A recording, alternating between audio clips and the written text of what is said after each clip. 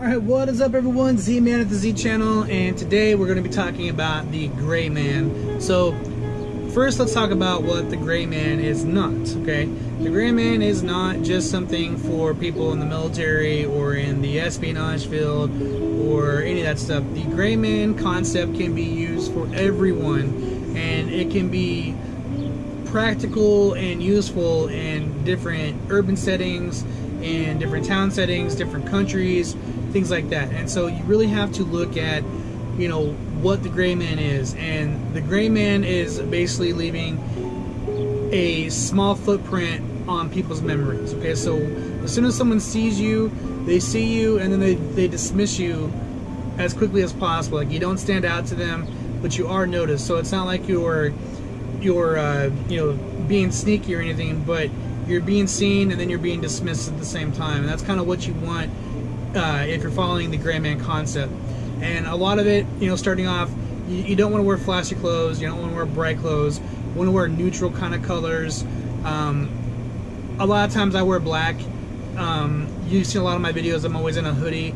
And the reason why I wear a hoodie and a black hat is because I can quickly change my outfit just by taking this off and taking my hat off and messing with my hair a little bit.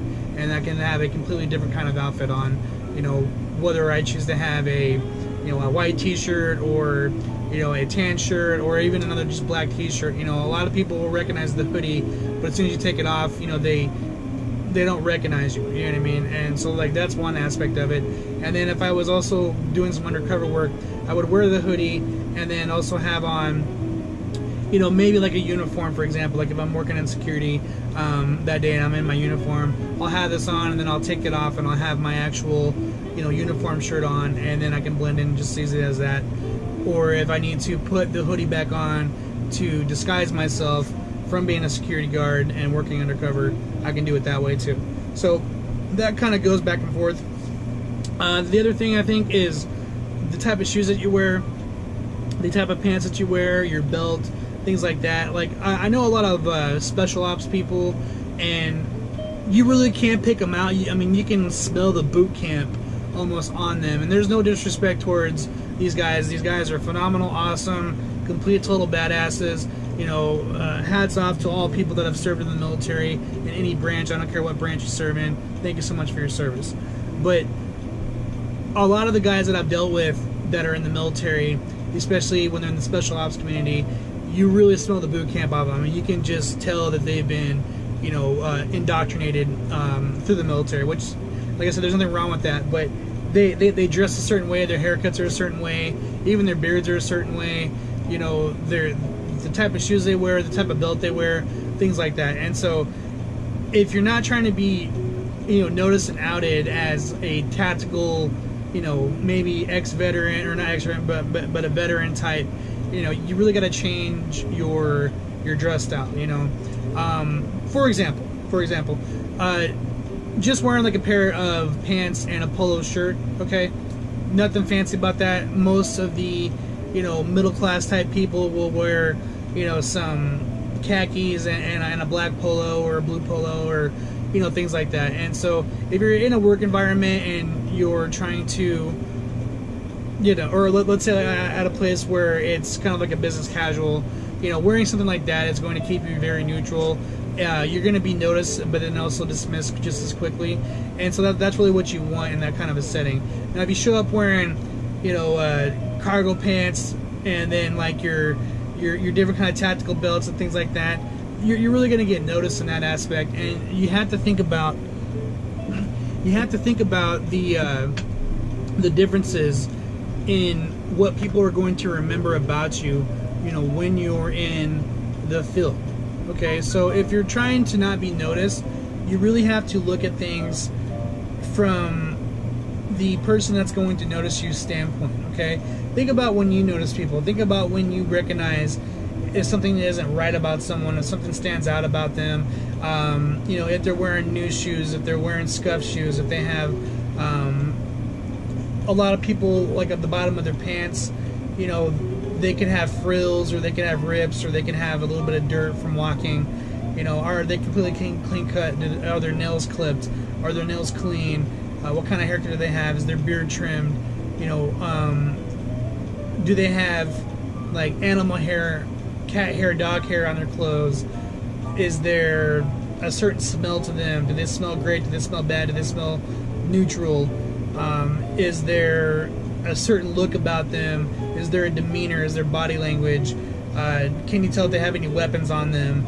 You know, and if you can, like, what kind of a weapon system are they carrying? It's not that it's wrong for them to have weapons. Obviously, everyone's going to carry some type of self-defense, but you have to be able to, you know,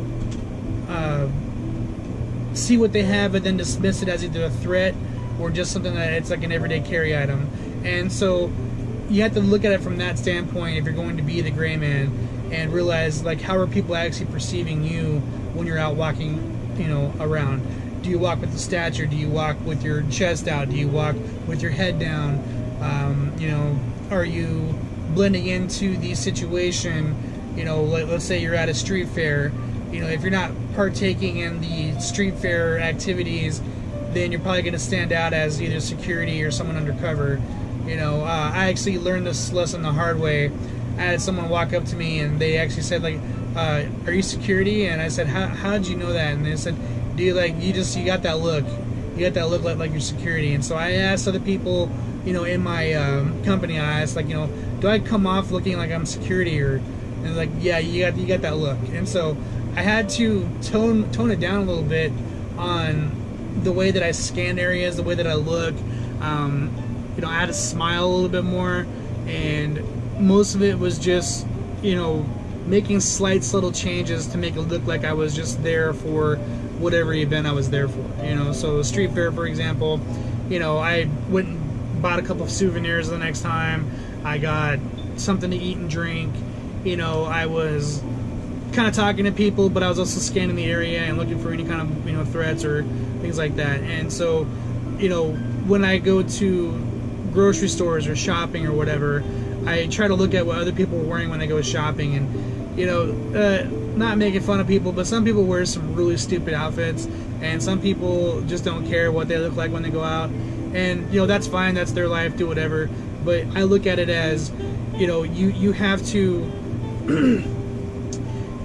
you have to wear what you need to wear to affect your EDC that works for you, but you also need to make sure that you're not, you know, drawing attention to yourself to where someone might want to try to take what you have. And so the gray man concept, I believe, is depending on what you're doing. You know, if you're just trying to blend in like in another country, you know, buy the type of clothes that those people wear, buy the hats, drink the drinks, try to learn some of the local languages, look at the subtle differences that they have versus what you have, and, you know, try to blend in. Like, if they're wearing sandals, maybe you should probably, you know, wear a pair of sandals too. You know, if they're wearing shorts, maybe you should wear shorts. You know, if it's a office party setting, you know, don't wear anything too flashy, but wear something that's presentable. If it's a black tie affair or tuxedo thing, then obviously you got to be dressed up to the part, but it still doesn't mean you have to make a footprint memory on everyone else. So you have to really think about, you know, what you're going for when you're going out and about. And then some other things I would suggest, like, you know, don't open carry. Even like don't show your fixed blade open carry. If you're gonna open carry a fixed blade, maybe wear it scout carry and cover it with your shirt behind in the back area. You know, that way people don't know. They might be able to see the outline that you're carrying scout carry, but at least it's not like, oh, hey, he's got a big knife on his back, you know. Or even if you're wearing pocket knives, a lot of times people can see the pocket clip and they're gonna notice right away, like, hey, he's got a knife, you know. Some of what I used to do is I would wear a pair of shorts under my pants, and I would put my pocket knives inside of my pants, okay, inside of these short pockets. And so that way when I reached in to grab, I would have to go actually through my pants, but I would grab the shorts, pull out the blade, and no one would know that I had a blade on me, okay. And so that's kind of how that worked out. You can't really wear your pants too extremely tight if you're doing that, but it's a good way to conceal your knives. That way you can still carry them in your pocket and deploy them fast, but they'll be underneath your pants and short pockets, okay? So that's another way of doing it. Also look at maybe like shoulder harness blades that you can carry underneath. Some people like to do the shoulder harness gun carry. I like all those options. I've used them many times before. It's one of those deals, like whatever works for you and whatever's going to keep you concealed, do it.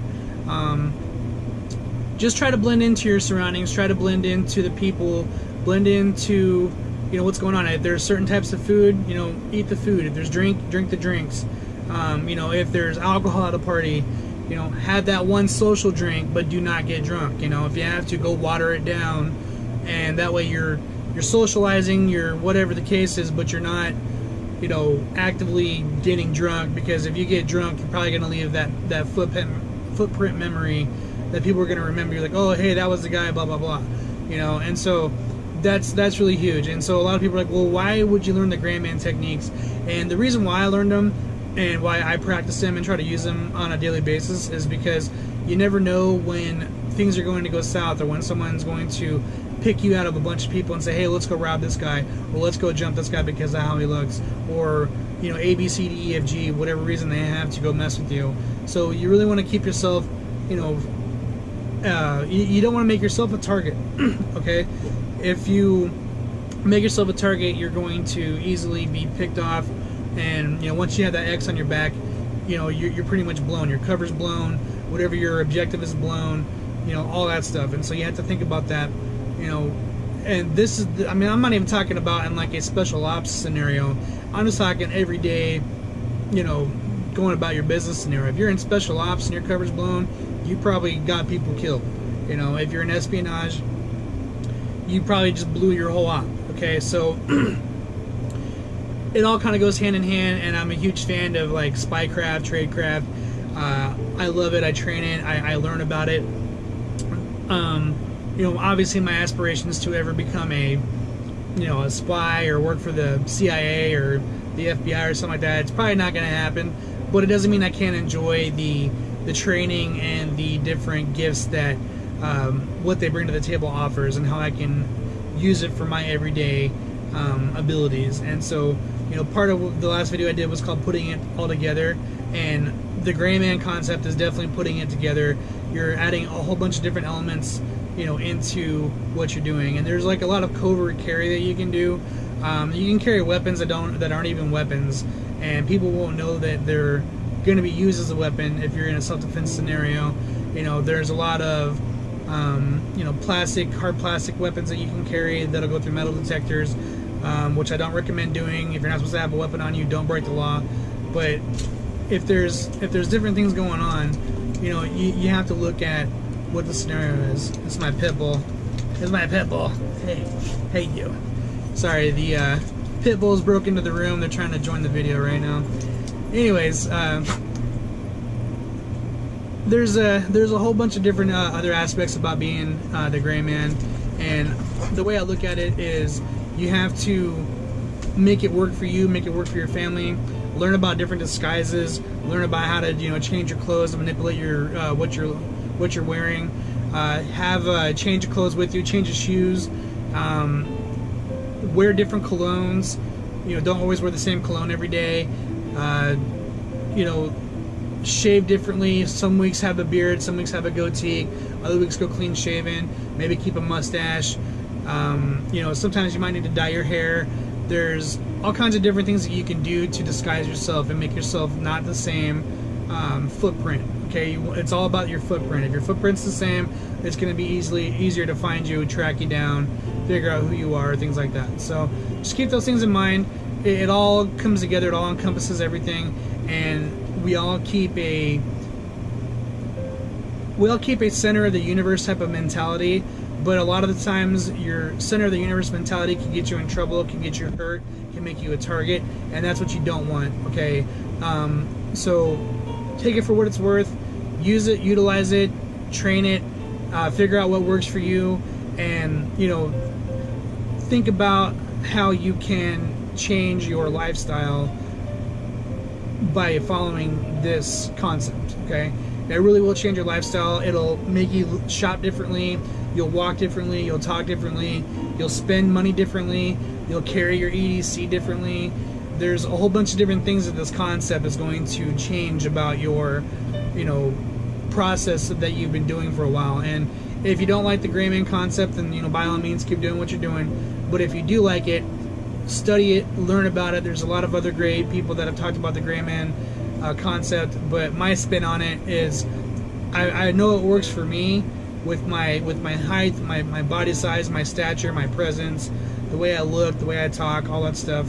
And so I've modified it to work for me, to change how people perceive me, how I am, you know, either made a target or not made a target, the kind of footprint that I leave on people when I do meet them. So your first impressions are huge, you know. So when you meet people, you want to make an impression, but you don't want to make too much of an impression, but you want to make enough to where you're affecting what you need to affect. Let's say you need to get more information from this person later on, or you're trying to hook up with this girl, or whatever the case is, you know what I mean? You really want to, you got to decide where to put your foot on the gas and then let your foot off the gas. So think about that as you go through with this, and have fun with it.